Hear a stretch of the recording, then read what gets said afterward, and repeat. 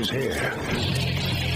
Now, broadcasting from the underground command post, deep in the bowels of a hidden bunker, somewhere under the brick and steel of a nondescript building, we've once again made contact with our leader, Mark Levin.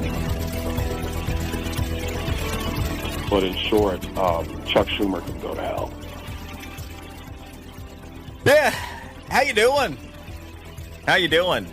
Warm and friendly right there to start the show. That is Congressman Byron Donalds, also the leading gubernatorial candidate in the state of Florida. And that happened to be his response to Chuck Schumer and his idea that, the SAVE Act is Jim Crow 2.0. Good old Jim Crow 2.0. Of course, Byron happens to be a black man himself, and when confronted with an act that he voted for, that he helped pass in the House of Representatives, that Chuck Schumer, as the late, great Rush Limbaugh often would refer to him, that he is trying to say that it is racist. The message from Byron Donalds, when I presented him with that on Wednesday, was what you just heard. That, Chuck, you can go to hell. Now, how you doing? Hopefully better than Chuck Schumer. I don't think that requires a whole lot, actually. It's obviously not the great one. This is Brian Mudd. Always an honor and a pleasure being with you. Happy Friday. Been a crazy news week. I'm going to walk you all through it. You know, one of the craziest aspects of this news week, often the most impactful stories aren't really in the news. And that's part of what I'm going to walk you through as well during the course of the show today. I host the Brian Mudd Show out of my home station, WJNO in West Palm Beach. And you can always catch the Brian Mudd Show podcast wherever you get your podcast, at Brian Mudd Radio, socially. There are two sides to stories and one side of facts. And when you take a look at the deliverables by the Trump administration day after day after day, there is an undertold story. You know what the biggest story today actually should be? You know what the single most impactful story over the past day has been? Something that has not been covered in many GSS news outlets, that would be Godless Souls and Slanders, and something that is being buried by the other stories. Nancy Guthrie, heartstrings, right? I get it. I get it. It's tragic. It's horrific. It's scary. The oxygen it is sucking out of the room over something like Trump RX. Let me tell you what the single most impactful thing is that's happened over the past 24 hours that will have a profound impact on the rest of all of our lives and potentially for generations to come. Trump RX, where you on now 40 of the most popular prescriptions in this country, life-saving prescriptions, can save 80 to 85% over what you're paying and cut out the pharmacy in the process. How many Americans even know this exists now? Nobody covers it. We'll dive into some of that later in the show. How many people know the incredible success that we have had in combating terrorism stateside while we're dealing with the criminal illegal aliens, the number of murderers that we've taken off the streets? Today, just bringing to justice the lead terrorist behind the attack in Benghazi that led to the death of 4 Americans. Who knew the FBI was even working on that? Got that guy today. There are so many things that are not even scratches in the news that are the bigger stories that have profound impacts.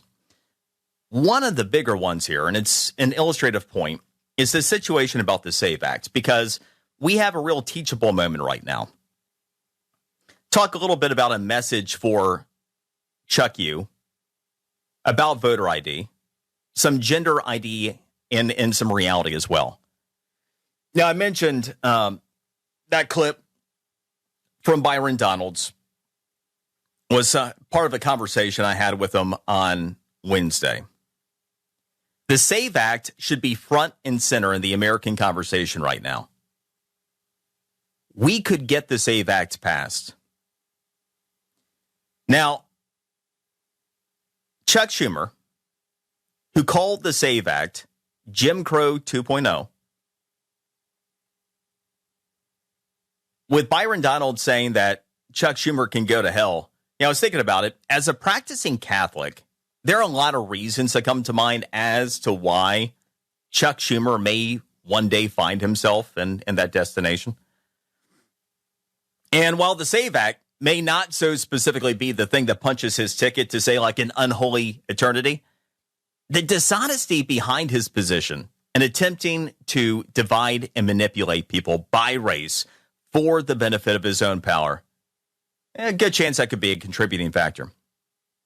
Now, the SAVE Act requires two basic things. One, that a voter is a legal citizen.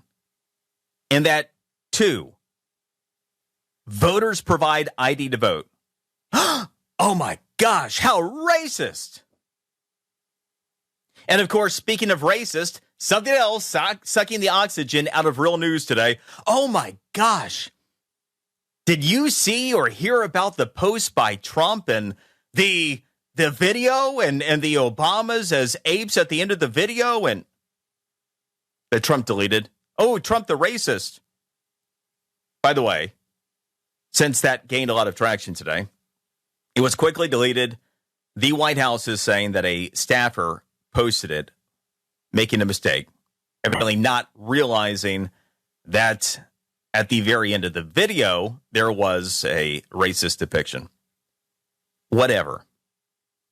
So yes, rather than Chuck Schumer being branded as the racist he is for demonstrable reasons, rather than the Democrat Party, the party of the KKK, the party of segregation, the racist to this very day, as we're talking about the SAVE Act, and they're calling it Jim Crow 2.0. No, it's Trump that's the racist. Save it. And not as in the SAVE Act. It's just all these things that are distractions that aren't real news, or at least aren't impactful. That's what prints anymore, and it's absurd on its face. So let's talk about stuff that actually matters. Obviously, the SAVE Act that requires that a voter is a legal citizen and provides ID to vote is obviously not only not Jim Crow 2.0 or not even Jim Eagle. Remember Biden? When he was trying to say something was so racist, it wasn't even Jim Crow, it was Jim Eagle. The racist position is Chuck Schumer's position. The racist position is the Democrats' position.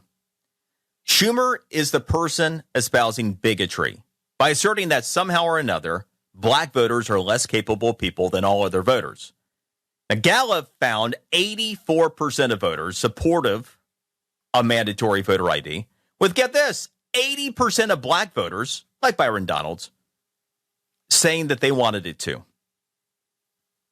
Pretty much the only people in the country who don't want these things are those who try to rig elections and Democrats like Chuck Schumer, assuming that, they're different people, of course. But here's the next interesting evolution of what's been happening as the country has begun to have a little bit of an open debate.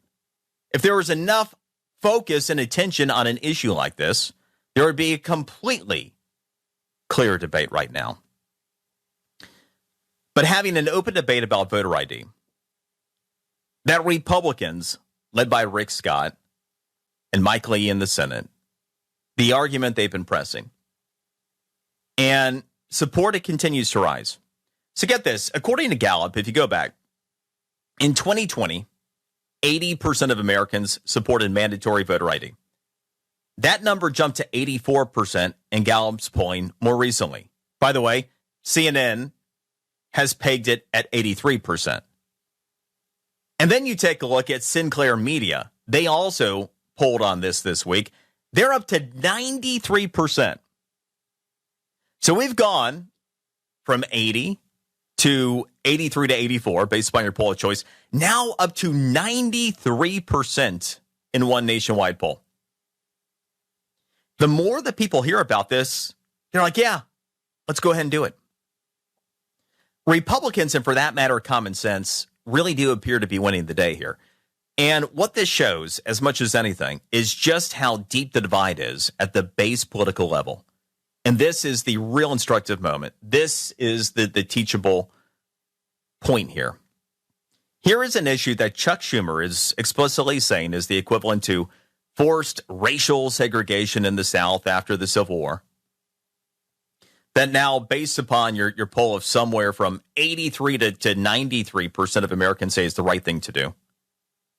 And so you get a lot of political issues that are pretty complicated.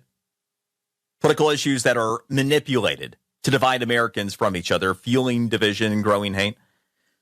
This issue is so straightforward, it can't effectively be spun that way. And here is the thing that is an especially important part of all this. This is far from the only significant political issue in which this is the case, even right now. What the SAVE Act is an example of is an illustration of just how wrong Chuck Schumer and all but 4 congressional Democrats are in general. See, the SAVE Act has actually passed the House of Representatives. 4 Democrats voted for it. That was it. It just needs to be voted through in the Senate. This is how misaligned their values are with what the average American's values happen to be. And this segues into the next bigger thing here. The massive debate that's getting ready to play out over the next 8 days over DHS and over ICE funding. Think about this. What parents would want criminal illegal immigrants, including those guilty of rape, guilty of abuse, guilty of homicide even, would want those criminal illegal immigrants in their community and in proximity to their family? See, what parents? Who in the world would want criminal illegal immigrants, including those guilty of rape, abuse, homicide, released into their community and in proximity to their family? Not a single parent who's of sound mind, right? But these elected Democrats do. What person would want to pay higher taxes, higher rates of inflation to support open borders and illegal immigration? How many people say affordability is the single biggest flipping issue out there? Every single illegal alien in this country adds to inflation. Who wants that? Not a single person of sound mind, but these elected Democrats do. What parent thinks government officials should hold the only choice on their schools? Only choice. They bureaucrats draw lines on a map. Your kid's got to go to that school. You have no other choice. And the only thing that should ever be taught in that school is whatever a teachers union decides. And their values, like taking your kids out of a school and sending them to an ICE out protest. What people in their right mind would be on board with that?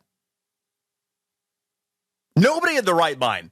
But the teachers union, the teachers that are brain dead but are supposed to be teaching your kids, that are Marxist, part of the Democrat apparatus, they do.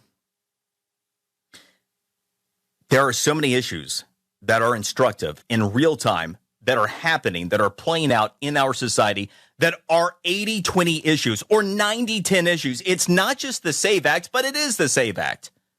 This is one of the most instructive times in American history. We just need the flippin' message to get through. But no, did you see the 8 video? But no, the really sad thing about Nancy Guthrie, there's real news out there. There are real issues. There are things going to impact this country for the rest of its history. That is the message that needs to get through. I'm Brian Mudd, and for the great one, Mudd Levin.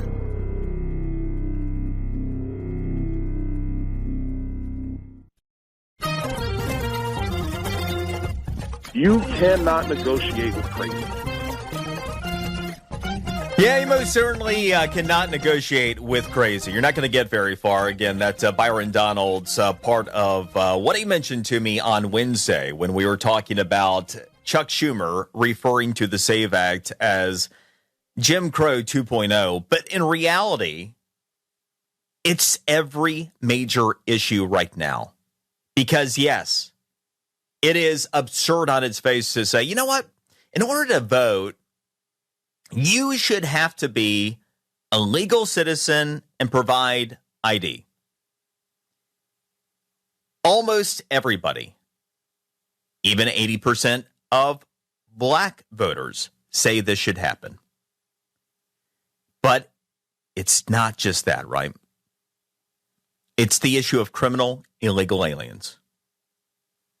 Having rapists, abusers, those that have even been guilty of homicide, released back into communities, and then having people that are broken in the brain enough to go out there and try to protect those criminal illegal aliens to keep them in these communities rather than turning them over to the only jurisdiction and lawful authority over them, which is ICE and Border Patrol.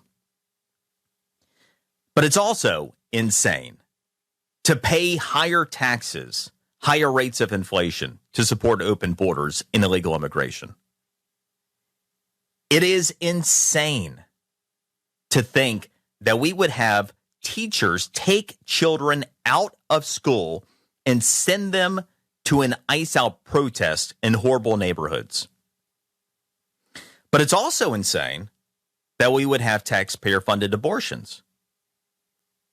It's really insane to think that we should ever have child gender transitioning, let alone taxpayer funding of it. But Democrats have supported and continue to fight for all of these things. And so the point is this.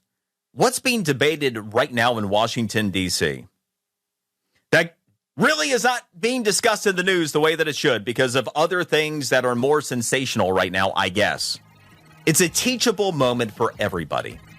Democrats have become so radicalized, so extreme, that effectively voting for them to represent you is a literal vote against you and your family's interests. Be right back.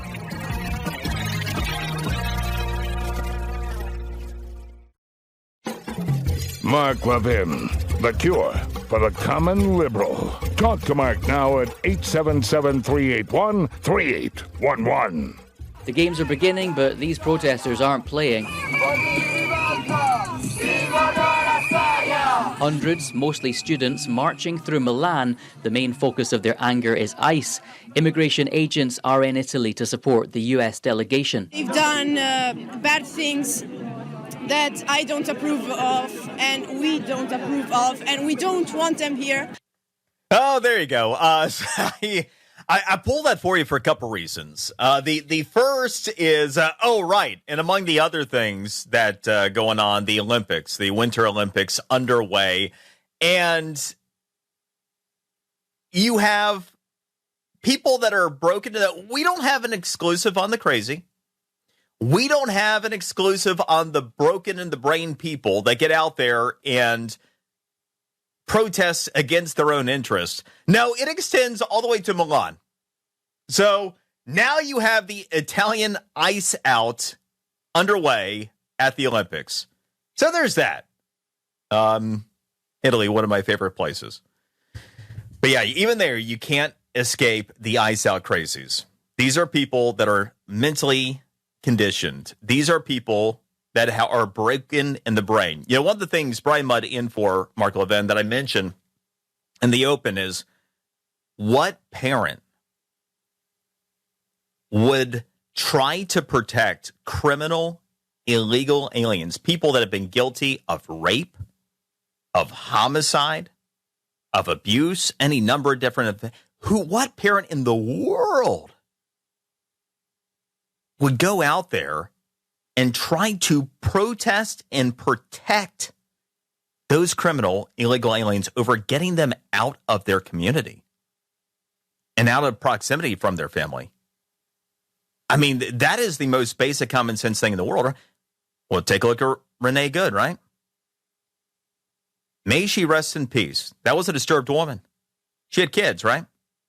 That's exactly what she's doing. And this is part of the point of how radicalized at the base level. And I've got more information on the extent of the radicalization that is taking place within the mainstream Democrat apparatus. Because basically, whatever the Marxists are putting out there on the left, those that have been conditioned are just accepting it as their position.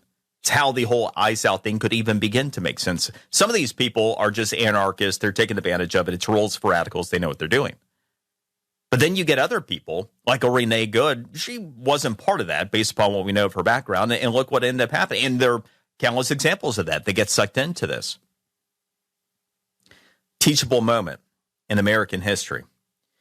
By the way, you will have the great one back with you on Monday. So yay for that. Mark's back on Monday. But before then, you don't have to wait to get a great new show. Tomorrow, 8 Eastern, Fox News Channel, Life, Liberty, Levin. He's going to be joined by Stephen A. Smith. That ought to be a really good one. Of course, in advance of the Bad Bunny Super Bowl, you have Stephen A. Smith, who's going to sound off with the great one. That is must-watch TV. Remember to hit up your DVR. And just in case you might miss it. I have a feeling it's going to be more entertaining than the Super Bowl itself. So, as I've been talking about how radicalized in so many different ways the left has become, I left off talking about gender transitioning. And there is a reason why specifically I brought that up. There are, again, so many things that have happened this week that are newsworthy that by and large have not really made the news to any great degree. Gender transitioning is one of those. I believe that some of this stuff is in the process of blowing up in the left's face. I really do.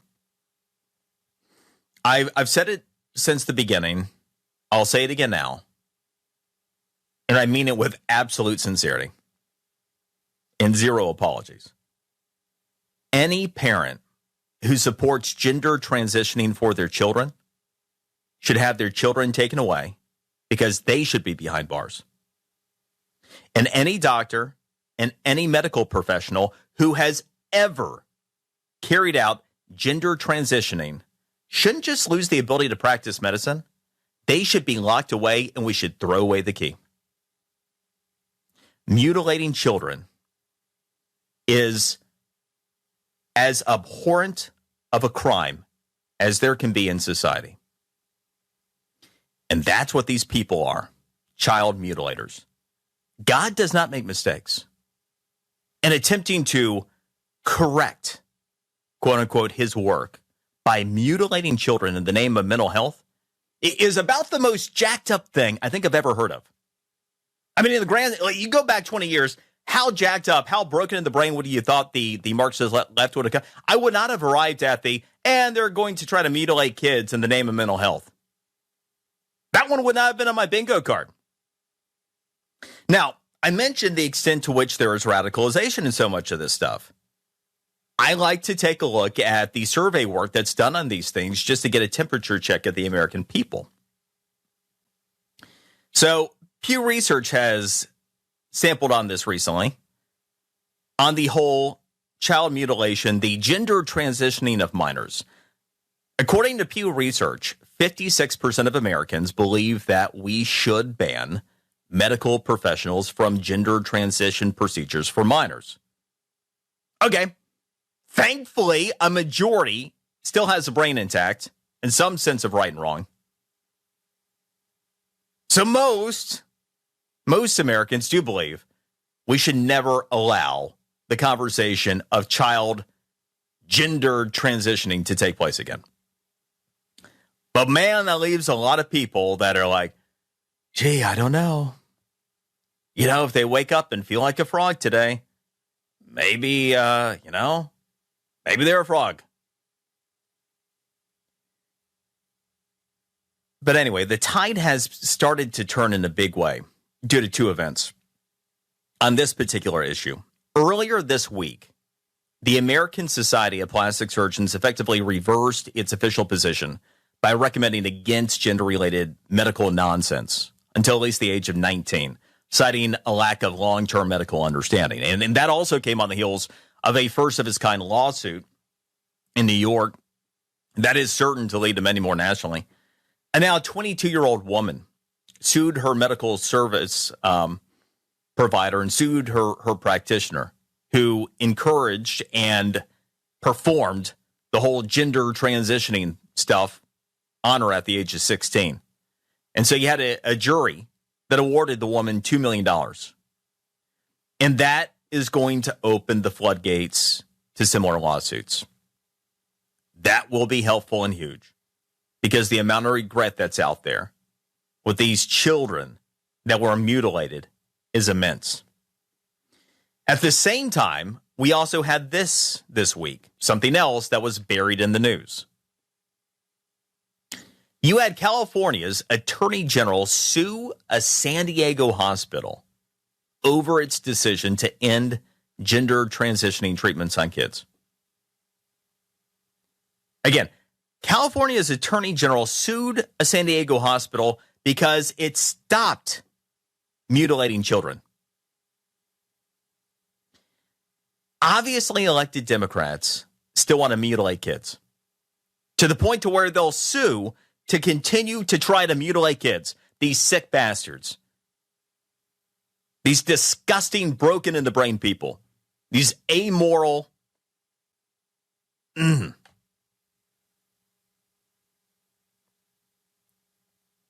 But hey, the Olympics. Hey, Bad Bunny. Hey, the sad Nancy Guthrie story.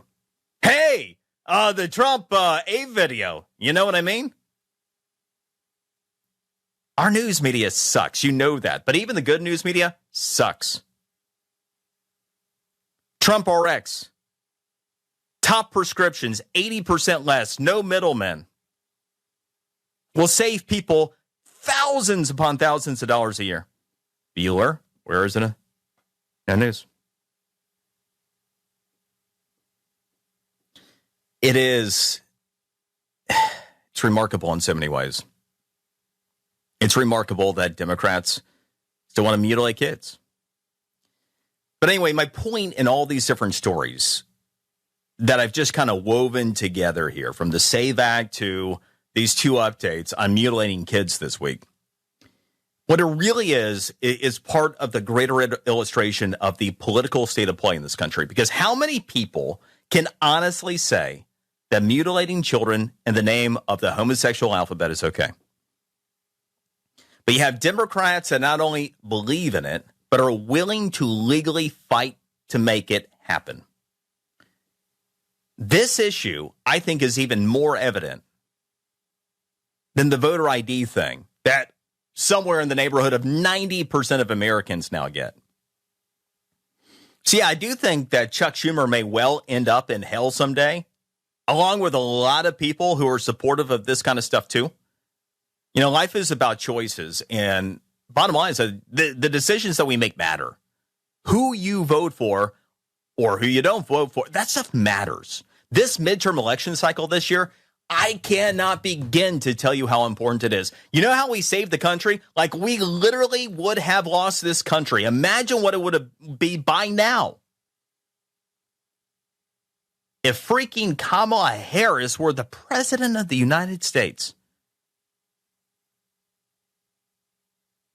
This midterm election cycle is every bit as important as saving the country was in November of 2024, that presidential election.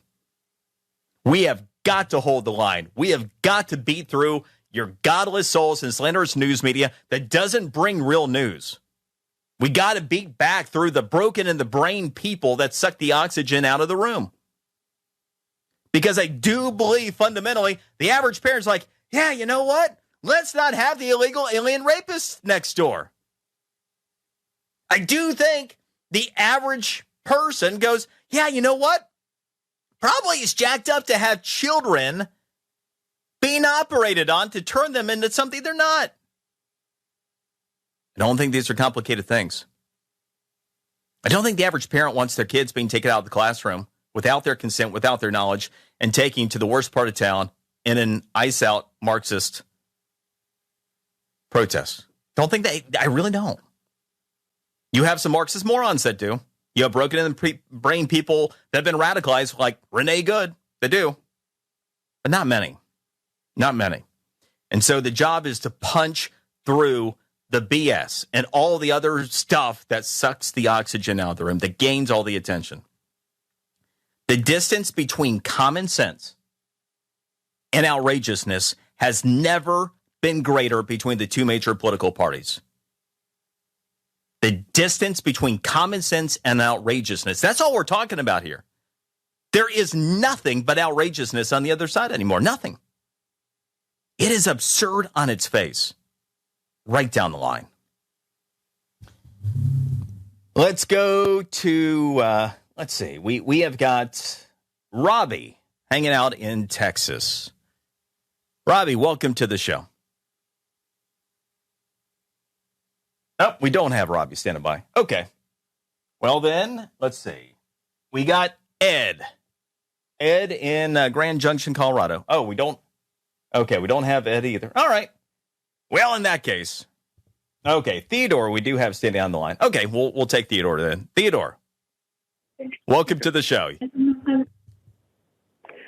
Hi there. Say, on this debate about the SAVE Act, first of all, I need to say that I'm in favor of having identification in order to vote. But this actually, in the historical context, this debate goes way, way, way back. Originally in this country, you had to be a property owner in order to vote. And that got whittled away until the theory became predominant that as long as you were an adult who was breathing, that you had the right to vote. And basically, it's a universal suffrage argument that Schumer is putting out there, that everybody should be able to vote as long as they're a human being. And the counter argument is that, no, you have to have a stake in the country in order to vote. And the stake in the country is the most intellectually defensible position, because those are the only people that care what happens next. They care about the future. They care about the state of the country, its prosperity, its safety. If you don't have a stake in the country, well, you're just going to vote for whoever buys you vote. That's all. Which is obviously how we got here and what this is about. Good call. Appreciate you being there. And this is where ultimately the conversation is already won. It just needs to be front and center. We have approximately 80 to 90% of the country that's behind us on this. If it were made the front burner issue, Chuck Schumer would have to account for calling it racist, and there's no way that he would be able to filibuster this thing. And it's part of what we need to make happen. Be right back. Brian Mudd in for the great one. Mudd Levin.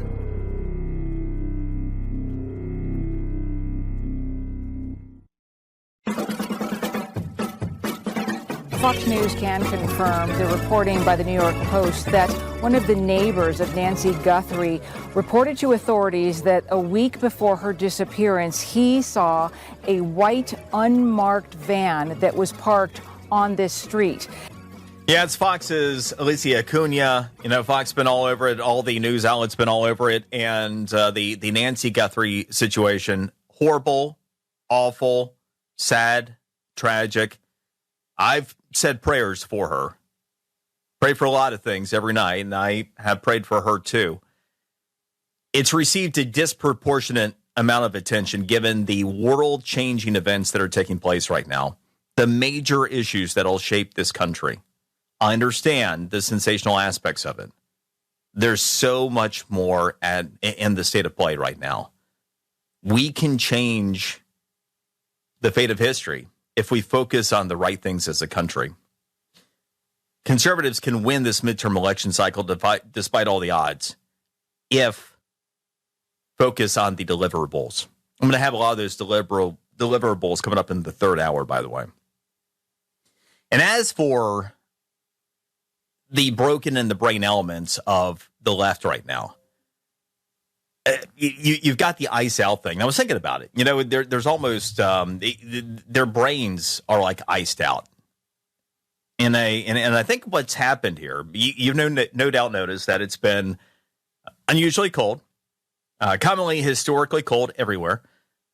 Well, we even set record lows in South Florida. Like here in West Palm Beach, never in the city's recorded history we had back-to-back days below freezing, as in below 32 degrees. We got 30 and 31 earlier. Never had happened recorded. So I think literally what's happened is that you've had some people that have just had their brains frozen. And I think that the ice out movement has proliferated. Minneapolis, not a coincidence, right? I mean, think about how cold that's been. So that being the epicenter of the ice out thing makes perfect sense. Literally, their brains have been frozen, and all common sense along with it. Be right back. Brian Mudd in for the great one, Mark Levin.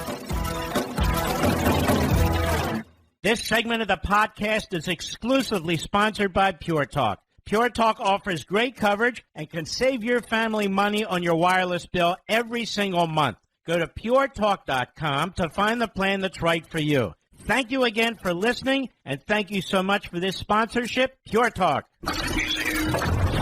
He's here. Now, broadcasting from the underground command post, deep in the bowels of a hidden bunker, somewhere under the brick and steel of a nondescript building, we've once again made contact with our leader, Mark Levin. The SAVE Act was important to guarantee only citizens vote to prove citizenship or registration. Let's add federal voter ID. It polls at 80%. And by the way, it polls at 80% no matter what your skin color is. It is a highly popular provision. Ding, ding, ding.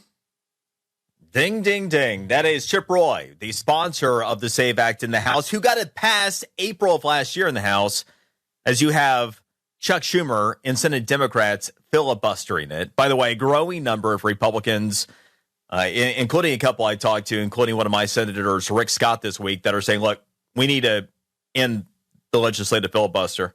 It was something Trump's been talking about. Democrats going to do it as soon as they get in there. It's time. So we'll see. We'll see. Brian Mudd in for the great one, Mark Levin. Mark is back with us on Monday. And in the meantime, look, it's always an honor and a pleasure being here with you. Appreciate you allowing me the opportunity and sharing time. Democrats want maximum voter fraud. Democrats want maximum voter fraud. And also the real shutdown battle begins. I'm going to weave into this. It's related to a lot of the points that I was talking about in the first hour. If you happen to miss it, I'll give you a little bit that'll catch you up to speed. But for the most part, you need to go back and catch the podcast when you can. Get the first hour of tonight's show. I was taking a look at I was talking about iced out brains before the top of the hour. And I do think there's something to it. You know, you take a look at the absurdity on the left and how maybe the cold can actually influence people. You take a look at the people that are part of the iced out movement. You know, I was thinking about this even. The highly questionable decision making of a lot of different people. Who, for example, as a self-respecting man, would go, yeah, you know who I am? Oh, who are you? I'm a Bad Bunny. You're Bad Bunny? Yeah, I'm Bad Bunny. Right. That's even more absurd than like the marshmallow. Remember when somebody was saying, hey, have you heard that song for Marshmallow? Yeah, sorry. Man just missed the marshmallow. Like, hey, did you hear that great Grammy speech by the Bad Bunny? Yeah, no, trying to quit. Yeah, I actually think there's a lot that is explained here through the absurdity of the iced out brains, the broken in the brain, leftism in general. I think any adult man that would refer to himself as a Bad Bunny speaks for itself. So I'm not surprised that he would go to the Grammys and say, I'm going to say ice out. Still doesn't explain why Roger Goodell tapped Jay-Z to deal with things in the Super Bowl halftime show. Jay-Z picking a Bad Bunny makes perfect sense, along with Green Day. The more anti-American, the better, as far as he's concerned. One of the things that I was referencing in the first hour is the extent to which radicalism has become mainstream in the Democrat Party. And this is something that we have to be careful about. And I mentioned in terms of gender transitioning of minors, and we had two big stories that really didn't make the news this week, but are big, that will have a huge impact going forward. Thankfully, one in an extremely positive way. Just 56% of adults say, yeah, you know what? We should ban gender transitioning of minors. Again, at least it's a majority. Thank God for that. But still, you got a lot of people, and you're like, how does this happen? How do we end up as a society having, I don't know, maybe somewhere in the order of 40% of people are going, yeah, you know, let's take the little girl and turn her into a boy. I mean, it just broken in the brain, right? Amoral as can be. So there's a lot of this, the conditioning. And we talked a lot over the years, and certainly Mark has, about the impact of the education establishment, removing God from society, putting the Department of Education over education, making sure that God was fully rooted out. And then in the absence of that, you get mental health issues all over the place. Yeah, I've talked about that at length. We saw a quadrupling, the first generation of kids that went through schools after the Department of Education took over in 80. The first generation, you had a fourfold increase in mental health illness, and it's only gone higher since then.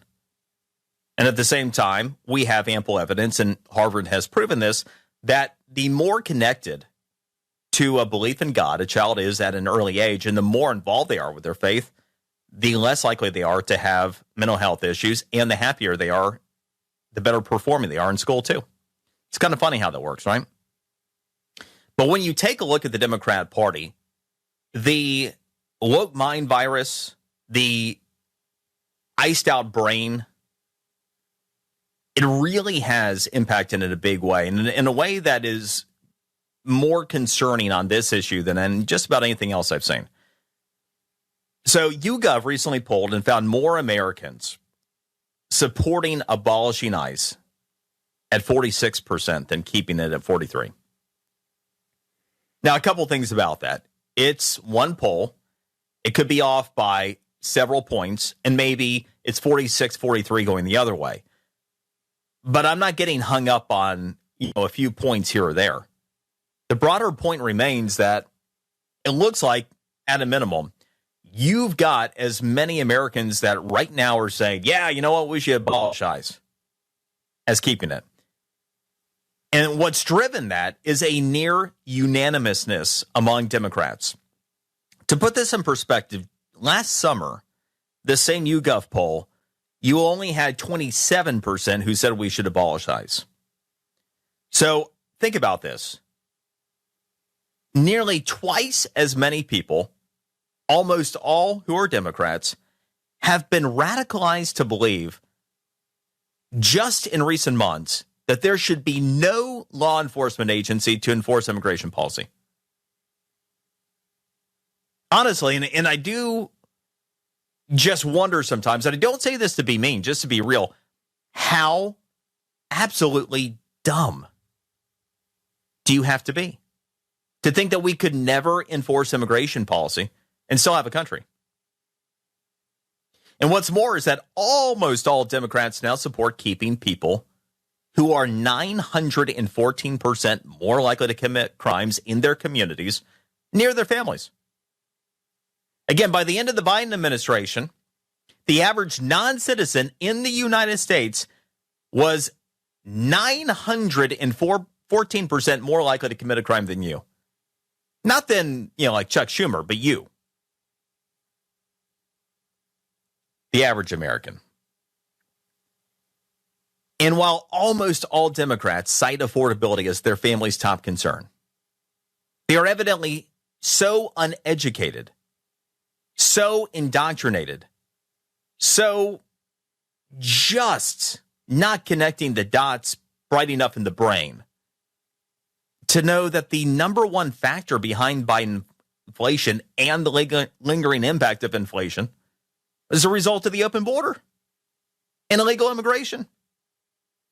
And that actually President Trump's efforts to combat illegal immigration are directly related to the decline in the inflation rate.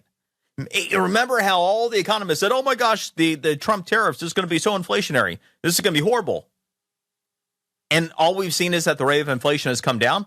The number one reason why the broken in the brain economists have been wrong yet again on the tariffs, and we've actually seen the rate of inflation going down, the record number of deportations that took place last year.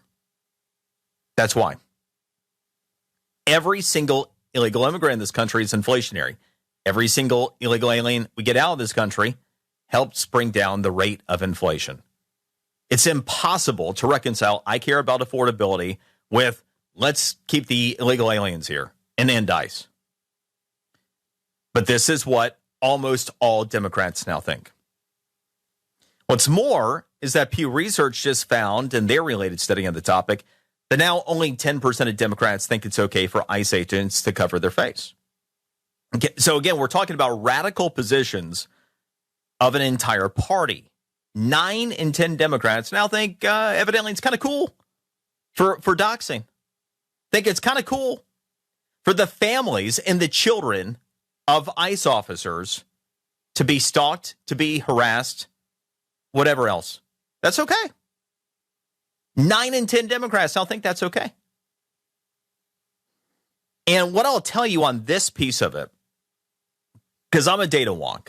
I analyze stuff all day, every day. It's what I do. Sometimes for fun, sometimes for work, often for both.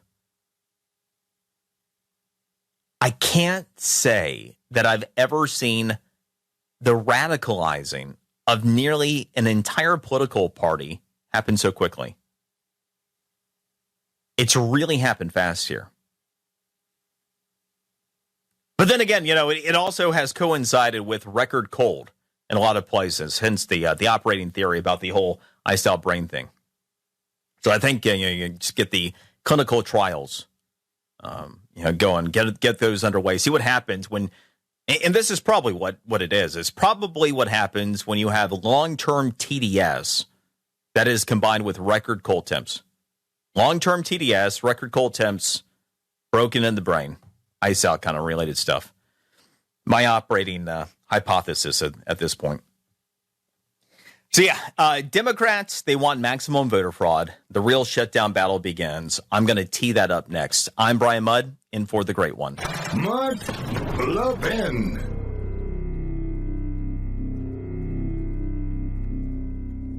You know what Pure Talk's favorite holiday is? President's Day. Because they believe wireless service should only cost you a couple of presidents. Just a Jackson and a Lincoln to be exact. For $25 a month, Pure Talk gives you unlimited talk, text, plenty of data. Now compare that to Big Wireless. They'd rather celebrate Benjamin Franklin Day so they can charge your family hundreds every month, and he wasn't even a president. That's not right. You deserve better. Pure Talk is an American wireless company that supports our veterans and invests in a U.S.-only customer service team. When you call, you're talking to someone right here at home. Pure Talk uses the same towers as the big carriers, so enjoy superior 5G coverage without the inflated price. Just $25 a month for talk, text, plenty of data, no contract, no cancellation fee. Don't wait any longer, folks. Go to puretalk.com/Levin, puretalk.com/Levin. You'll get 50% off your first month. Again, that's puretalk.com/Levin to make the switch to Pure Talk. So this bill is real simple. One, if you can't, you have to prove you're a citizen to register to vote and vote. Number two, we have voter ID.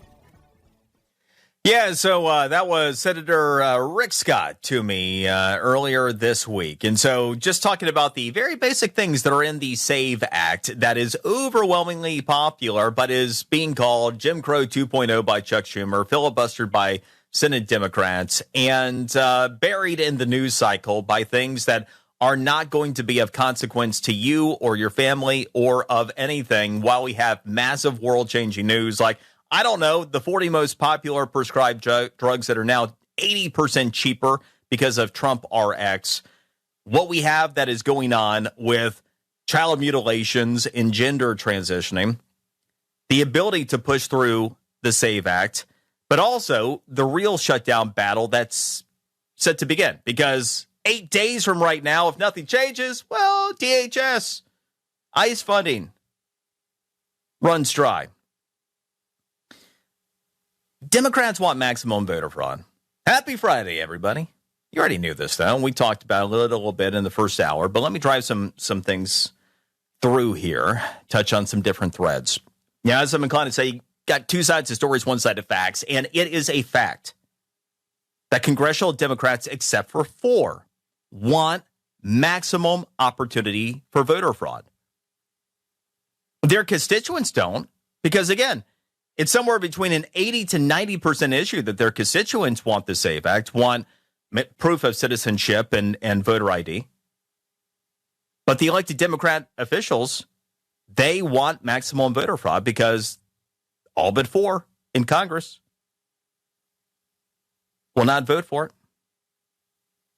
So it's not my opinion. It's not conjecture that Democrats want maximum voter fraud. It is stone cold, ironclad, indisputable fact. And it's very easy to back all of this up when you see that the actions speak louder than words. One of the things that's remarkable about the SAVE Act, the Safeguard American Voter Eligibility Act, that's being called Jim Crow 2.0, is obviously it's not a new idea. It's not a new bill. The legislation that does those two very simple things, just saying, hey, are you a legal citizen? Oh, okay, good. And voter ID? Oh, yeah. You know, like kind of ID you'd have to provide to get a prescription drug, to go to an airport, to do pretty much anything in our society. But not to vote.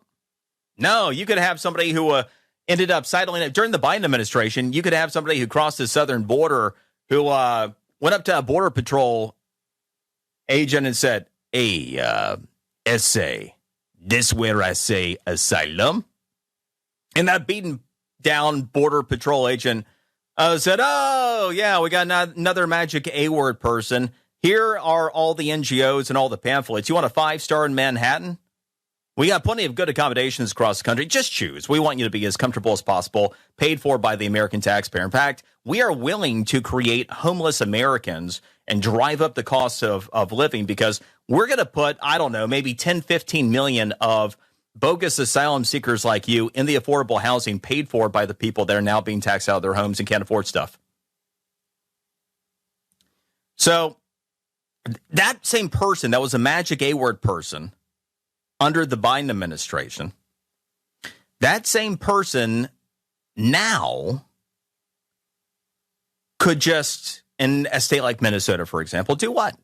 Show up on the same day of an election and say, essay, this where I say I'm Bob Smith.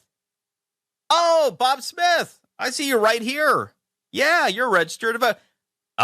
Here's your ballot, Bob Smith. Hey, thank you. Yeah. You got no ID.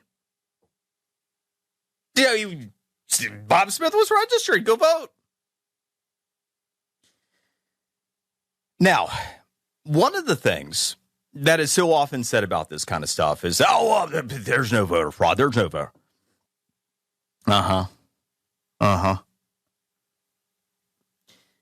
Since 1982, there have been 1,620 proven cases of voter fraud. There have been 1,382 criminal convictions for voter fraud related to those cases. There's been proven voter fraud in all 50 states. There's been evidence voter fraud in every election cycle. There have been 13 criminal convictions for voter fraud within the past year, including one that took place within even my home state of Florida, where we have really good election integrity. To put this in perspective, we average 38 cases of voter fraud that are uncovered and successfully prosecuted every single year, let alone whatever we don't know, like what the FBI might find coming out of Fulton County with their raid this week as well. Be right back. Brian Mudd in for Mark Levin. You know what Pure Talk's favorite holiday is? President's Day. because they believe wireless service should only cost you a couple of presidents. Just a Jackson and a Lincoln, to be exact. For $25 a month, Pure Talk gives you unlimited talk, text, plenty of data. Now compare that to Big Wireless. They'd rather celebrate Benjamin Franklin Day so they can charge your family hundreds every month, and he wasn't even a president. That's not right. You deserve better. Pure Talk is an American wireless company that supports our veterans and invests in a U.S.-only customer service team. When you call, you're talking to someone right here at home. Pure Talk uses the same towers as the big carriers, so enjoy superior 5G coverage without the inflated price. Just $25 a month for talk, text, plenty of data, no contract, no cancellation fee. Don't wait any longer, folks. Go to puretalk.com/Levin, puretalk.com/Levin. You'll get 50% off your first month. Again, that's puretalk.com/Levin to make the switch to Pure Talk.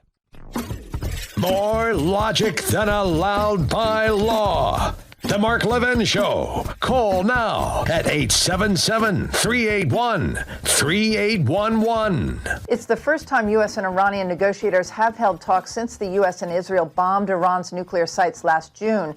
Iranian state-run media said both sides agreed to meet again. Present for the talks alongside U.S. Special Envoy Steve Witkoff and the president's son-in-law, Jared Kushner, is U.S. CENTCOM Commander Admiral Bradley Cooper, who has been assembling an armada in the Middle East to include a U.S. aircraft carrier strike group. Oh, by the way, something else that's pretty big that's going on that's not making the news, that you had Iran at the negotiation table, and that we have not seen an escalation this week. You know, apparently, they learned a thing or two, the mullahs in Iran. You know, you had the armada that was sitting outside of Venezuela. Trump kept going to Maduro saying, look, you really want to work with me here, and did not get the message. He apparently thought that, man, those Cubans were really going to defend him. And so we made Maduro and his wife go missing, obviously, in a very successful mission until they reemerged in New York. And now you have the mullahs in Iran. You have the Ayatollah that are negotiating. This could be significant. Stand by for news. Hey there, Brian in for Mark Levin. You catch me socially at Brian Mudd Radio, The Brian Mudd Show podcast, wherever you get your podcasts. The great one back with us on Monday. But you don't have to wait that long to get the Mark Levin Show. No Life, Liberty, Levin, the Fox News Channel, 8 o'clock Eastern tomorrow with Stephen A. Smith. You know, you got the Bad Bunny Super Bowl on Sunday, and you got Stephen A. Smith with the great one tomorrow. That is must-see TV. I'm actually far more interested in Mark and Stephen A. on the Super Bowl than anything going on with the Super Bowl itself. So go ahead, tune in. Again, 8 o'clock Eastern, Fox News Channel tomorrow. Hit the DVR up. I always record that stuff. Now we never have to worry about missing it. The real shutdown battle is about to begin. This is all part of the whole voter ID concern, the Jim Crow 2.0 by Schumer. It's all part of the effort because ultimately they want illegal immigrants to become future Democrat voters. This is what we know. It's the political calculus. But what we're getting ready for, the continued attempted facilitation of illegal immigration. The real shutdown battle is set to begin. What's getting ready to happen here over the next week is going to be big time. It's going to be maybe the most important week preceding the midterm elections themselves. So yeah, earlier this week, the partial government shutdown that once again did not have any impact on the average American ended. But what's really about to begin, the biggest fight over ICE that we've had yet. And yeah, I've shared the latest research showing that effectively almost all Democrats are now on board with abolishing ICE entirely. Very extreme position. We just should not have any immigration policing in this country. If an illegal immigrant gets in here, they get to stay permanently. That's the idea here. No enforcement. That is the Democrat position now Holy crap. And just imagine if they get in power again, what happens, right? And see, when I say almost all Democrats, unlike Chuck Schumer, talking about the SAVE Act, where you have, based upon your poll of choice, somewhere between 83 and 93% of all Americans, including the overwhelming majority of Democrats, including the overwhelming majority of black Democrats, that want the SAVE Act passed. And yet Schumer calls it Jim Crow 2.0. Now, in this case, almost all Democrats abolishing ICE. I'm talking about the constituents, not the politicians. I actually don't think there's many Democrat politicians that are completely on board with abolishing ICE as there are their constituents now. And again, it is beyond me how the average Democrat living the typical life, trying to raise the typical family, could possibly be on board with keeping criminal illegal immigrants in their communities in proximity to their kids. What's wrong with you people? Regardless of political preferences, thinking, yeah, we just don't need any immigration, please. Now, a lot of this I do think is in part because of misinformation that had been peddled on the left that long had said that illegal immigrants are less likely to commit crimes than American citizens. This was advanced for decades. And again, I have broken this down. I've shared it many times on this show. Lord knows how many on my show. That blatantly untrue. Most recently, 914% more likely to commit crimes than you. But regardless, and this is what really is going on, the Trump administration has averaged removing 1,295 criminal illegal immigrants per day since Trump became president of the United States. 1,295 criminal illegal immigrants per day, gonzo, since Trump got back in office. And you wonder why crime has declined by double-digit percentages during this time. I mentioned this heading into the Trump administration. Things had gotten so bad because of the bat crap crazy open borders and criminal illegal immigrants flooding into this country from all over the world. We got to the point where approximately a quarter of all crime was committed by illegal immigrants. Almost a quarter of all crime in this country. People that had no lawful right to be here in the first place. So yeah, the progress we've made, year one, you take double-digit decreases in crime. And yet you have the left that wants more crime, wants more warm and fluffy criminal illegal immigrants. And I have significant long-term fears about what's going to happen the next time a Democrat is elected president. But what can't happen is backtracking in the present. What can't happen is just throwing up the hands and not trying to educate people that have at least a couple dots that can be connected in their brain still with information. Elected Democrats have already stated that they want to restrict ICE, this is the demand here now, to only detain those with an arrest warrant. Okay, so as we talk about, what is it that Democrats are getting ready to dig in on over the next week? They are saying only those with an arrest warrant. Now, here's the first thing. How is this always reported by your godless, soulless, and slanderous news media? That these people are undocumented, right? Well, these are undocumented migrants.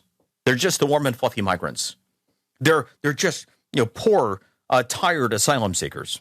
Again, 97% of all asylum seekers turn out to be nothing more than illegal immigrants. I'm not going back through the analysis to explain why that's the case, but it's a fact. 97% of them are BS, bullcrap criminals. Never should have been here. Just liars. And not a surprise that when your first act in this country is breaking the law, you tend not to start respecting them. But if they're undocumented, if you have people that are undocumented, riddle me this one. How do you get an arrest warrant for somebody you don't have documentation on? Question one. Now, a lot of these we do, obviously, like the criminal illegal immigrants that local sanctuary jurisdictions release back into communities rather than turning them over lawfully to the only authority on immigration in this country, which is ICE and Border Patrol. But even in that instance, how many local activist judges, how many Minneapolis judges, for example, do you think are going to issue warrants to ICE when requested? But the bigger thing here, as we take a look at the effort as well for ICE officers not to be able to conceal their identity despite the widespread doxing, they also want to intimidate ICE from being able to do their job. They want to intimidate people from ever becoming an ICE officer. They want to put an end to detention centers, among other things. They can't be allowed to win on this. One of the massive points in what has been so effective, I mentioned that the Trump administration has averaged removing 1,295 criminal illegal immigrants per day. Those are just the criminals. Then you get another few hundred per day that are removed alongside that. They were in proximity to the criminal illegal immigrants and were swept up by ICE when they detained the criminal illegal immigrants that were the targets. But the much bigger thing, and this has been the historic success, what led to 3 million deportations last year. For all the people that were taking a look at what was going on and like, oh, Trump's serious about this. And all the demonization of places like Alligator, Alcatraz, and all of the detention facilities. You've had a lot of people who went, you know what? I'm not going to wait around and see if I get scooped up by ICE. So I'm outie. I'm going to go ahead and do the self-deportation thing.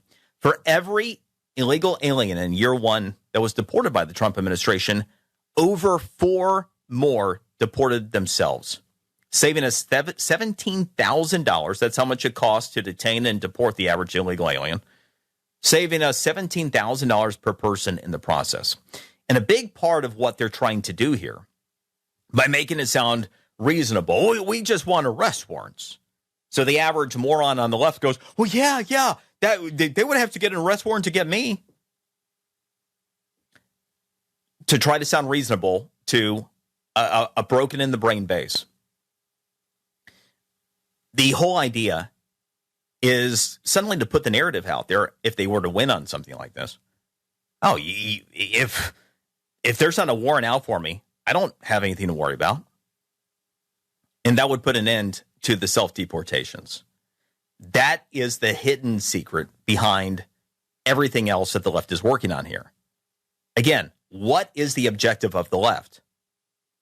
The objective of the left is to keep the maximum number of illegal aliens in this country. Why? Because they believe that they are their voters. In some cases now, in some cases in the future, regardless, that's the entire idea here. And so the number one way that illegal aliens are going away is on their own, choosing to leave because they see ICE in communities. They hear the stories of people that get detained, and then they get some. They don't want to do that. They want to do it on their own terms. That is the number one objective that Democrats are trying to cut off at the pass. This next week, critically important in this country's history. Brian Mudd in for the great one. Mark Levin.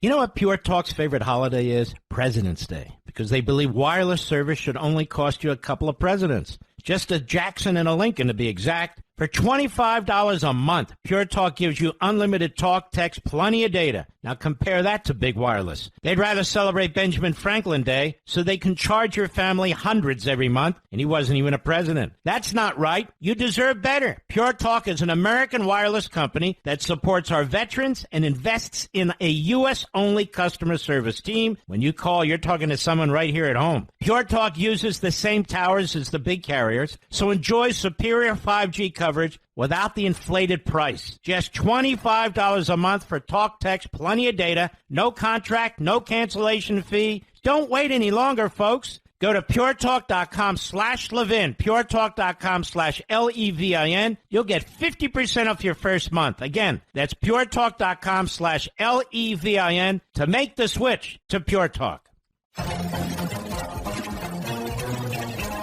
We captured together, under President Trump's leadership, 6 of the FBI's most wanted fugitives in one calendar year. Kash Patel, FBI director. And again, we took down the Benghazi terrorists. How many people knew we were even working on that? That happened today. The number of deliverables that are out there is remarkable by the Trump administration. And as I mentioned, the biggest news all week isn't really what's been in the news. The stuff that really is going to shape the country, shape the world, the rest of the way, not really making news. We've got Bad Bunnies. We've got the really sad story of Nancy Guthrie. We've got Trump posting the video that he had to delete. The stuff that matters.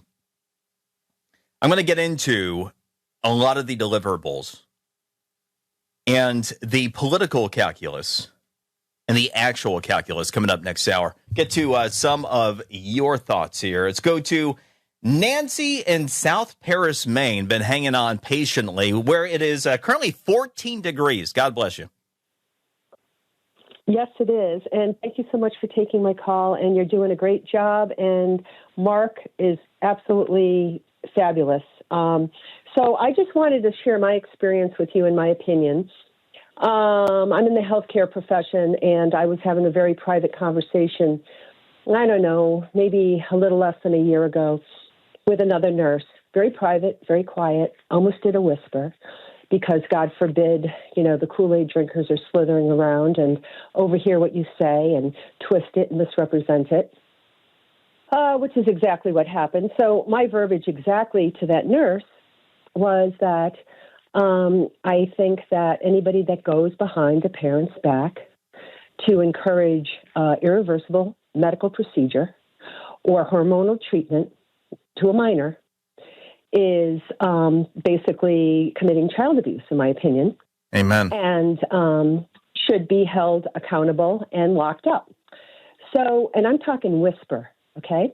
Mm-hmm. So this individual who had a bone to pick with me because I kept calling her out for not doing her job. I was superior to her in my position.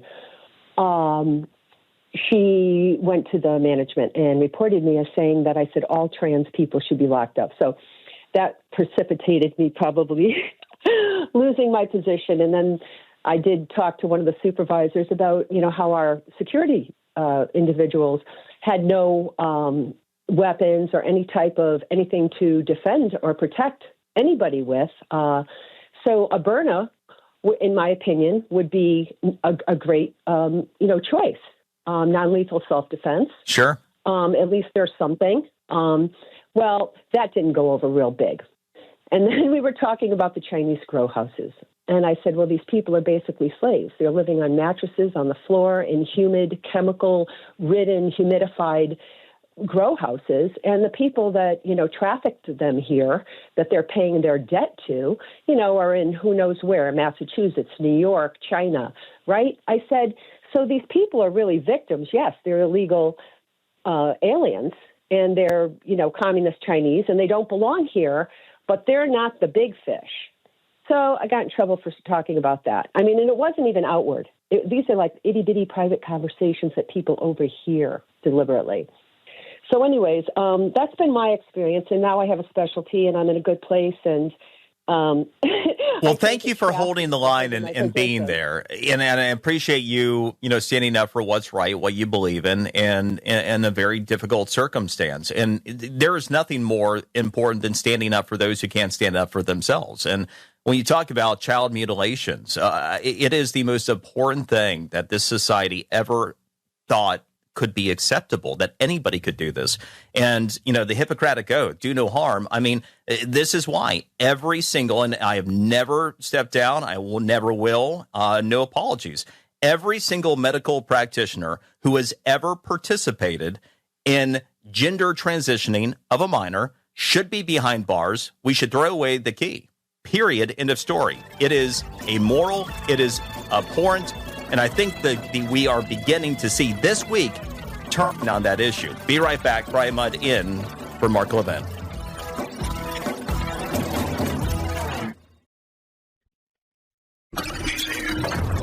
He's here.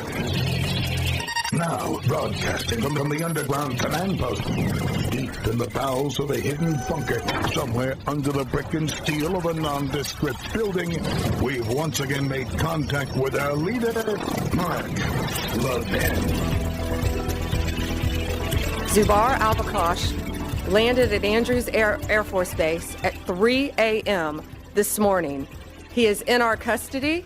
He was greeted by Director Patel and U.S. Attorney Jeanine Pirro. We have never stopped seeking justice for that crime against our nation. Yeah, you know, the 4 Americans and the lost U.S. embassy that Hillary Clinton saw to it that, had killed, and Obama on board with it evidently as well. So, yes, the 4 dead Americans lost embassy because of Hillary Clinton and Barack Obama. I mean, in the Clintons' defense, if you think about it, I mean, there's so many more dead people around them than those 4 Americans. So, not all unusual. Hey there, Brian Mudd in for Mark Levin, and you can catch me at Brian Mudd Radio socially, The Brian Mudd Show podcast, wherever you get your podcasts. It is truly an honor and a pleasure always to be here with you. And I was just texting with my wife during the break. It's like, I've got 5 hours of stuff I want to talk to you about, and just the 3 hours to try to work it in. And so they talk about the political calculus and the actual calculus. We get into the third hour here. The political calculus and the actual calculus. There's so much that is going on that is important in separating the politics from the deliverables, because the deliverables are amazing. What the Trump administration is accomplishing that you don't even hear about is amazing. So, immigration policy, right? This is the political calculus. It's been front and center of domestic policy for the first month plus of this year. Minneapolis, your epicenter. And that remained the case this week as far as policy stuff has gone. You had the brief partial government shutdown centered around ICE policies.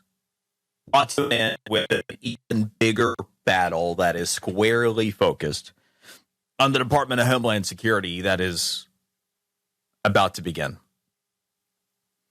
So DHS funding is only in place until Valentine's Day. Or in other words, we are 8 days away from DHS not having its funding. That includes ICE. It also includes TSA workers. What's set to take place next week figures to include the peak of the left's political grandstanding in favor of criminal illegal aliens and against ICE enforcement policy. It was quiet this week. This is the buildup. They're waiting for the big show, the big grandstanding stuff that is going to happen next week. You can expect impassioned speeches by Sparty. You know, Sparty might break out. He's sometimes good for a tear or two, right?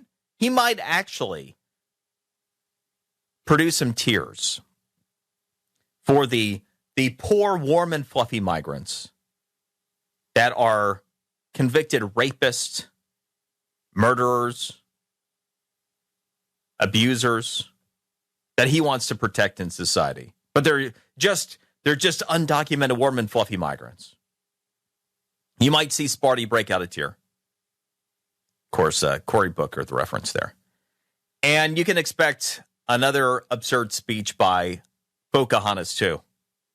Which, by the way, I did this yesterday. This was a good time. I was actually like, you know what? I haven't heard anybody break out Pocahontas for a while. And so on Microsoft's Bing, if you type in Pocahontas, Microsoft's Bing will identify. You know how it comes up with the person and who they are and everything? All you have to do is search for Pocahontas and you will come up with Elizabeth Warren, American politician. By the way, as an aside, it's kind of like a small example of why I prefer Edge and Bing over Chrome and Google. Just saying. But anyway, the whole reason that we're in this place is, of course, due to what had been a political calculus. Because as you may recall, Democrats had already struck a deal with Republicans for DHS and ICE funding. The House had passed it a couple of weeks ago. But before the Senate took up the bill, I mean, if 2 weeks ago today, as soon as the House had passed it, the Senate had taken up that stuff, it would have passed and it would have been done. But no. And that Saturday, the Alex Preddy killing happened, right? Now, if you really think about it, in the grand scheme of anything, what should one incident have to do with the funding decision that was already made over the entire Department of Homeland Security? But it did. It wasn't that your average Democrat politician is like, oh my gosh, I've changed my entire worldview now that Alex Preddy is dead. Look at these monsters. We've got to do something. No. It's BS. It's all grandstanding nonsense, and you know it. They're full of crap. Democrats, demonstrably the pro-criminal illegal alien party, they just saw the opportunity to leverage Preddy's death into grandstanding. It's the rules for radicals thing. Never let a crisis go to waste. Ooh, this one's good. We can go ahead and use this. Your average sycophant elected Democrat is glad that Preddy's dead. They were looking for stuff like that to happen. You've actually had these Marxists that have been radicalizing and using the Signal app that have been trying and encouraging to get violent responses from ICE. So they can do something like this. Straight out of the Rules for Radicals playbook. And so they flipped to that page. And then they pretended that, we can't do it now. We can't follow through with what we had agreed to previously. We just cannot fund this horror. And Christy, no, she's got to go. So your political calculation is all about the grandstanding. It's about less immigration enforcement to try to achieve their objective as the pro-illegal alien party. The one that cares about future votes from illegal aliens, does not care about rapists, murderers, horrible people being in proximity to legal Americans and their families and kids. But while Democrats are no doubt preparing their made-for-campaign ad speeches that they're going to try to fundraise off for the broken and the brain crowd out there that is radicalized to this stuff, you have other political calculuses in play.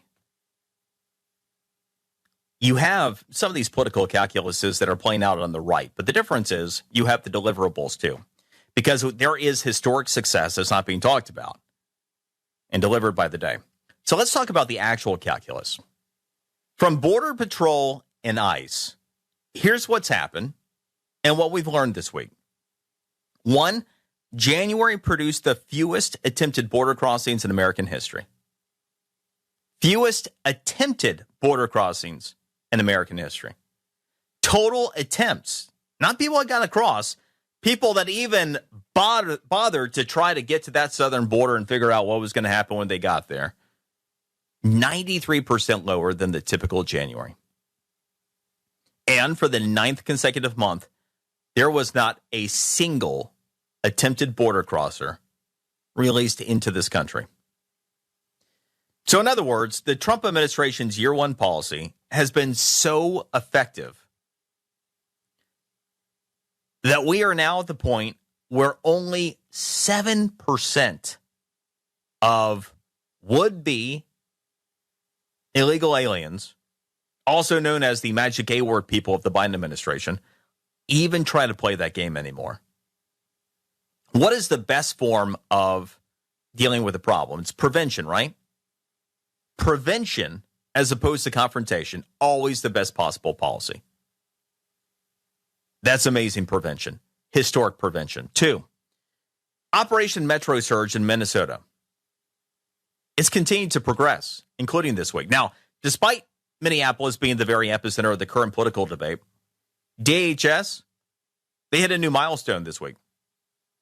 Over 4,000 illegal aliens having been removed from Minnesota just during the surge part of the current campaign. And as noted by DHS, they've detained your run-of-the-mill warm and fluffies, including, yes, murderers, pedophiles, rapists, gang members, and terrorists. These are the people, all of these ICE out, broken in the brain, Marxist anarchists out there. These are the people that they are trying to protect. These are the ones that they are obstructing ICE from capturing. Actual murderers, pedophiles, rapists, gang members, and terrorists. Again, how nuts do you have to be? How brain dead do you have to be to fight to protect that and to keep it close to you and your family?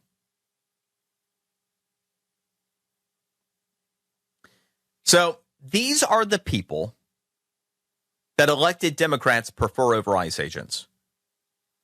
Elected Democrats, and this is a fact. Again, there are two sides of stories, one side of facts. Actions, words. Democrats are trying to kneecap ICE right now, right? Democrats welcomed the open borders and all these people coming in. It is a fact that every congressional Democrat, except for 4, as of now,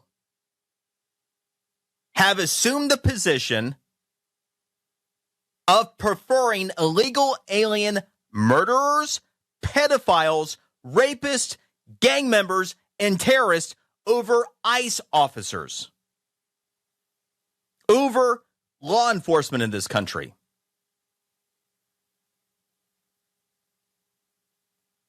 So importantly, the actual calculus, meaning DHS and ICE doing what needs to be done to prevent illegal immigrants and to continue to combat illegal immigration, it made progress. And that is also part of the political calculus by the Trump administration that's made news this week. So while Democrats continue to demonize law enforcement, continue to prioritize criminal illegal immigrants over their constituents, you've had the two notable political calculuses. First, border czar Tom Homan, who, of course, assumed operational control over Minnesota, said that there would be the drawdown of 700 ICE agents in Minneapolis, and what amounts to a meaningful de-escalation. However, far from a retreat, because you still have 2,000 ICE officers on the ground. Well, President Trump said what? He told NBC News that, you know what? The Department of Homeland Security could use a little bit of a softer touch. You know, I could use a little bit of a softer touch. Not warm and fluffy, but softer. Not the invisible touch, because, you know, Phil Collins was a communist. But, you know, his music, communist. But softer. So, while Democrats are gearing up for a bunch of demands, the Trump administration can show that they've already listened to the concerns of citizens. They've already adjusted policy accordingly.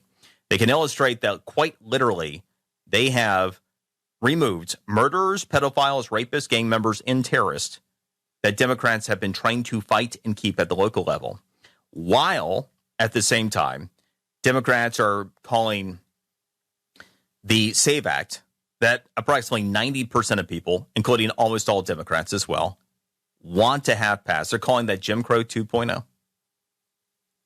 While most Americans want to see a permanent ban on child mutilations, aka child transitioning, that they support, you begin to see these things coming together with the news and the way it's played out this week.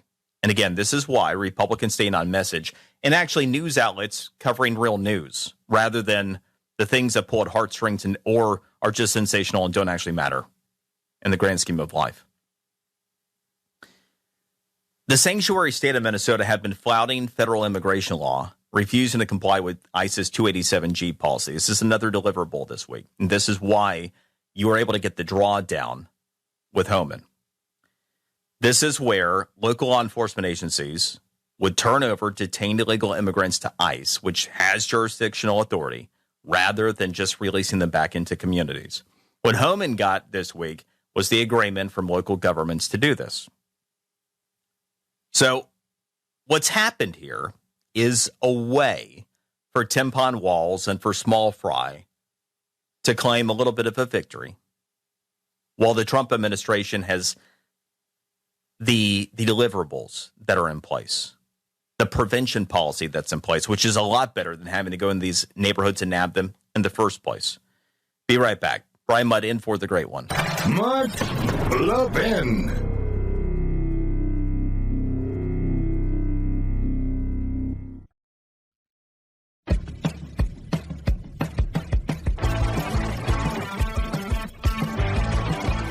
My administration has negotiated the United States will pay the lowest price paid by any other country. So we're taking the lowest price paid for drugs.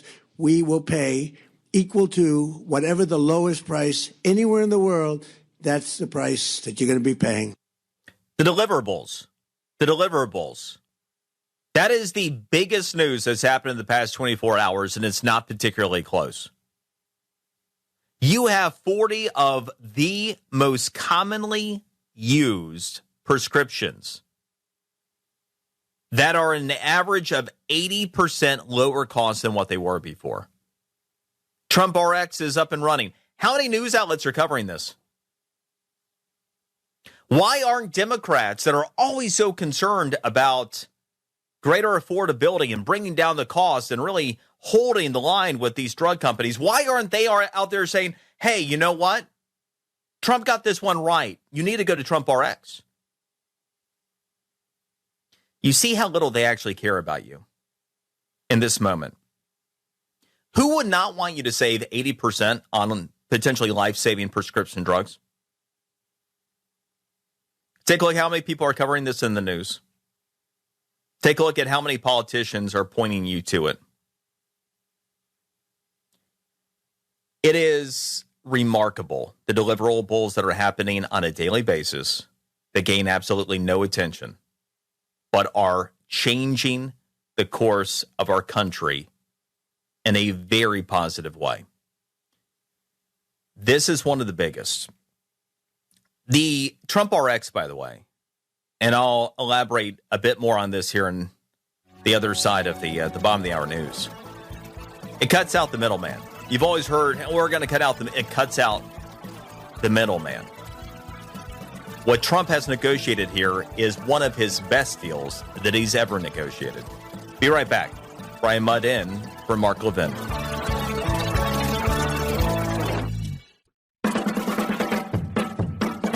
If you turn off your radio and open the window, you can probably hear him straight from the studio. Call Mark Levin at 877-381-3811. Eli Lilly, who's been very helpful to us in getting this done, will be cutting the cost of its common insulin, drug, and medication from $200 to $25. Nobody can believe it. $200 to $25.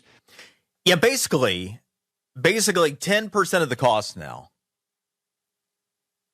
for insulin. Trump RX. Where are you hearing this? Where is this in terms of it being a top story? How many people in this country could benefit from that right now?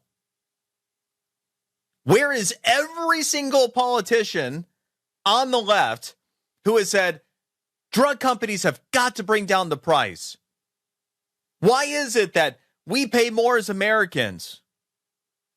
We need to focus on affordability. Where are all of these BS full of crap POS hypocrites? Trump's done it.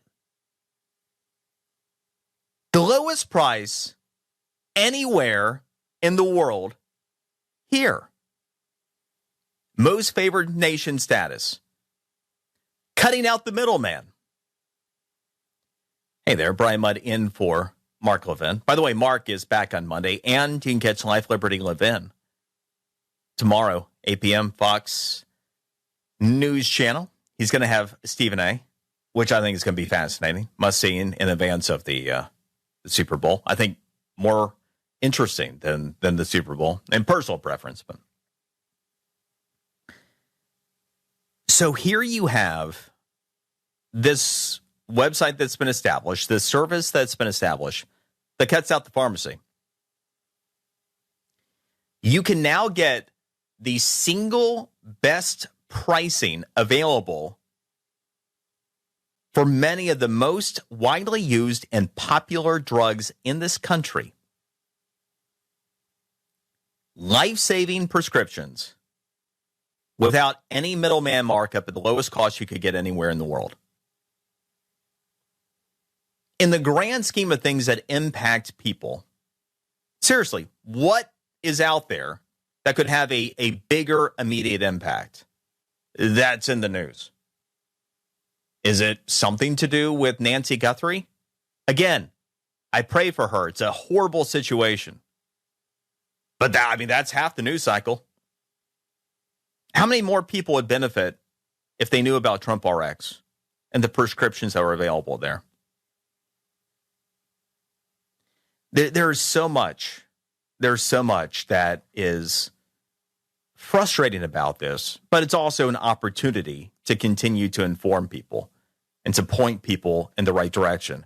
I remain a realist who errs on the side of optimism and believe that, yeah, you got a lot of people that are just radicalized and there's nothing you can do about it, but you can help people that are willing to think still, people that have enough of a mind that is open to information that they can receive it and can formulate better views based upon improved information. But I also think you see, and I mean this with absolute sincerity, because I think you have even a lot of the news outlets that most on the right would say will get it right more often than not, how they're all more interested in ratings off of Nancy Guthrie than they are helping Americans save money, maybe save lives in the process. And this is not the only story that is of great significance to people that's going on right now. But I do think over the past 24 hours, what's happened here is historically impactful. This is the game change that people have been waiting for right along in prescription drugs. Sorry, Mark Cuban, by the way. You know, Mark Cuban had his his cute little company, and we're gonna Trump RX, big dog. All right, let's go to. There've been some people have been patiently hanging on that I want to get to, and I got a couple out of Kansas that are on the other side of things. This is interesting. The first one, Topeka. The next one, in Leon. Let's go to Chris. Been hanging on the longest here. Topeka, Chris in Topeka. Welcome to the show. Thank you. It's my first time ever calling, Brian, and so thank you for taking my call. You bet. So I've been doing some research on the SAVE Act, and what I find real interesting is that the SAVE Act actually has a provision in it where it says that people without citizenship documents who are U.S. citizens can try to use other evidence plus a sworn statement, but it does not specify what that other evidence can be, which leaves kind of a loophole for people who are homeless. I'm curious. So I'm a veteran. I'm sorry. Go ahead. I don't mean to cut you off. Go ahead. Yeah. So I'm a veteran. I've actually experienced homelessness a couple of times, and we all have heard that, there are veterans in America who are, in fact, homeless. No doubt. It's actually a big problem. And so what this does is, homeless people have a hard time even getting the documents that they need. And even if they had them, they'd have no secure place to keep them. Right. Okay. So a couple things here. And just because there's one thing in particular, I can provide a lot of information to address specifically what you're asking about here. Thank you for your service, by the way. And may God bless you. I hope you're in a better situation now. When you said you would research the SAVE Act and you could not find, a specifics you were looking for, may I ask how or where you were looking into that you were not able to obtain that information? Sure. So, admittedly, I do love to use AI, and I kind of make sure that it's got a link to a reference that I can go check out myself. And this is pulling it from a government website. So, gotcha. Okay. Yeah. So I'm gonna all good. I hear you and understand. I appreciate what you, and the honesty there too. So a couple things, and this is always kind of the case. AI. By the way, in my research, I will often use multiple AI tools.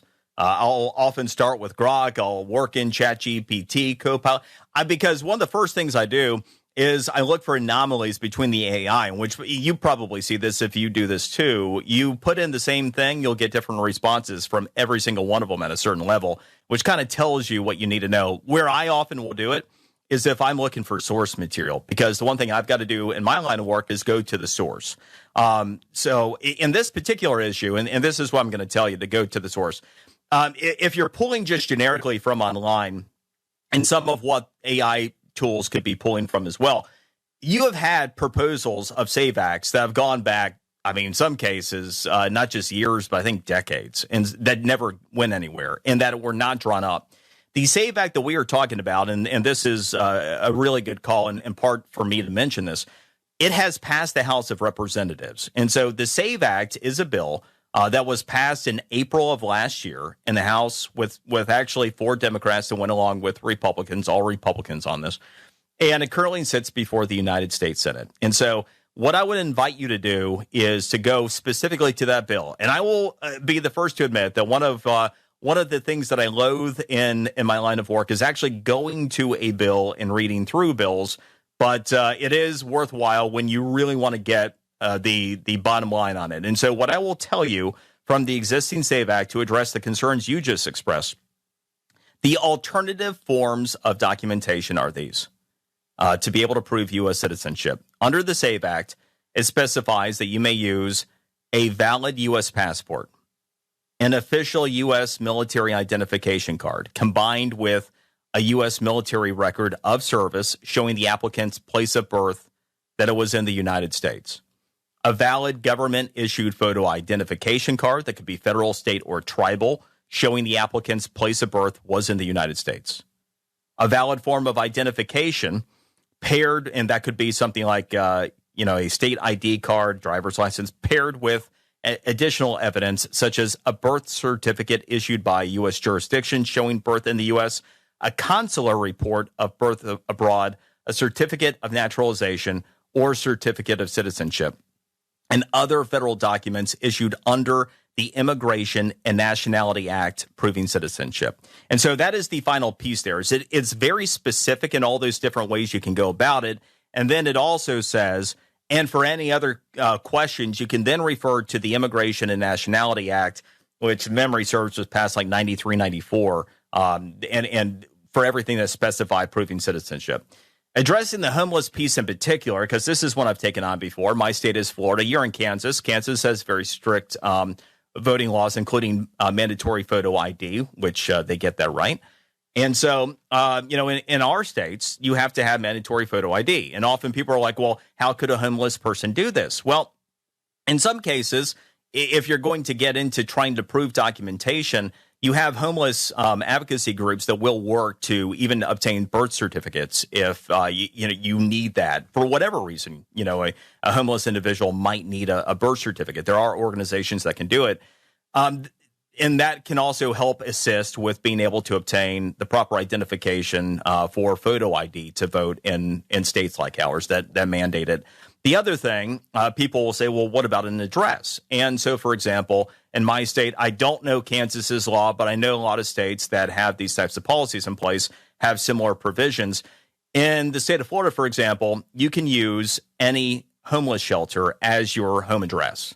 That is acceptable for voter registration purposes. And there are many registered voters and many voters in the state of Florida out of homeless shelters. So that hopefully that addresses your concerns, and I appreciate you hanging on the line. Good guy.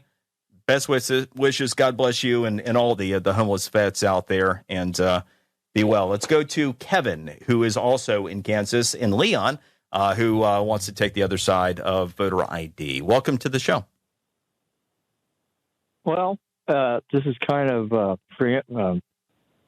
impressive the way chance works out. First, Brian, you're doing a lot of show prep. Congratulations for all the background work before you come on the air.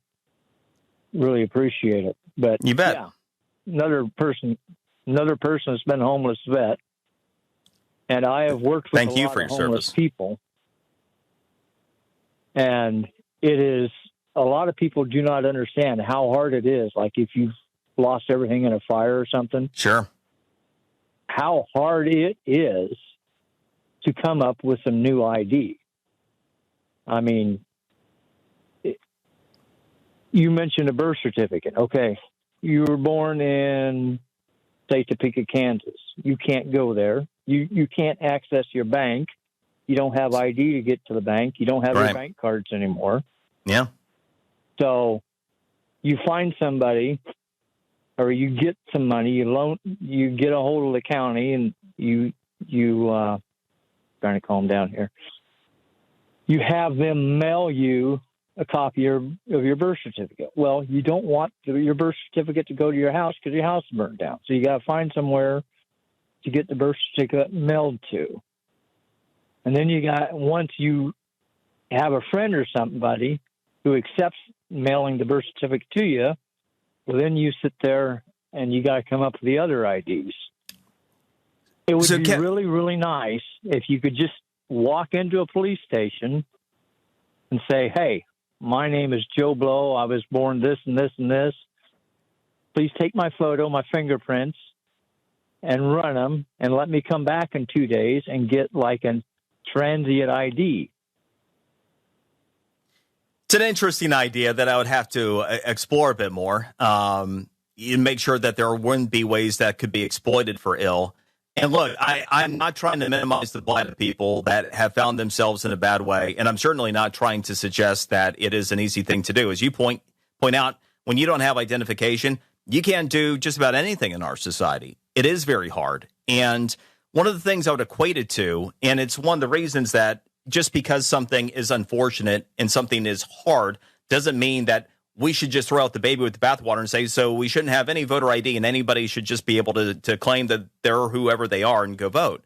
You don't undermine your elections in the name of people that are in unfortunate circumstances. You have people that have their identity stolen, that have to go through a process that in some cases is much worse than what you're explaining because everybody thinks that they're somebody they're not, or they can't even prove that they are who they are. My sister went through this for like a year and a half. And a lot of people that have dealt with things like that. And it's awful. It's awful. But that doesn't mean that you just change an entire country's policy and make it worse to try to accommodate the unfortunate circumstance. May God bless you. And again, all the homeless vets. Be right back. Brian Mudd in for the great one. Mark Levin.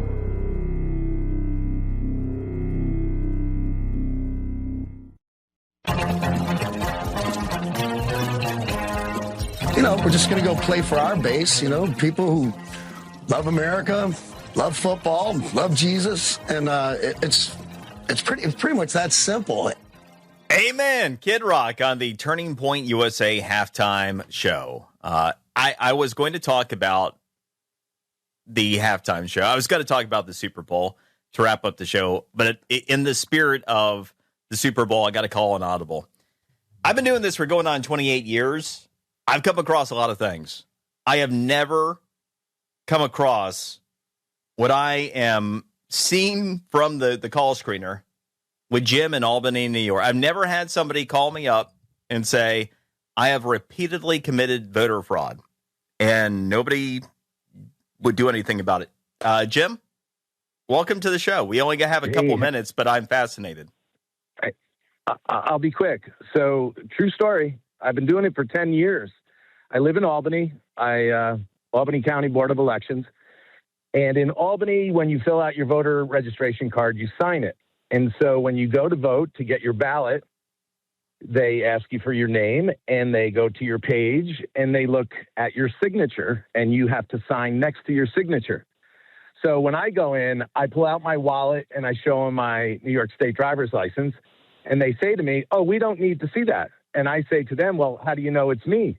And they say, oh, we match your signatures. I then take the pen and I write an X. And they hand me a ballot. And I said, wait a second. I thought you matched my signatures. Does that look like my signature? And the lady looks at me and she goes, oh, I guess not. And she still hands me the ballot. So I said, could you point me to the poll sitter or whatever they call him? She goes, yeah, he's standing right over there. I go over to him and I say, hey, I'd like to report voter fraud. And he gets all alarmed and he's like, oh, well, what do you mean? I said, well, I just witnessed voter fraud. And he said, well, who did it? I said, I did it. He goes, what are you talking about? And I'm saying this loud. Everybody's hearing my conversation, by the way. All of the other voters standing around. I said, I just went over to your table and showed the lady my photo ID, and she told me she didn't need to see that. I just needed to sign the book. I said, here's my signature. We got to cut it there. Any questions about New York? Any questions?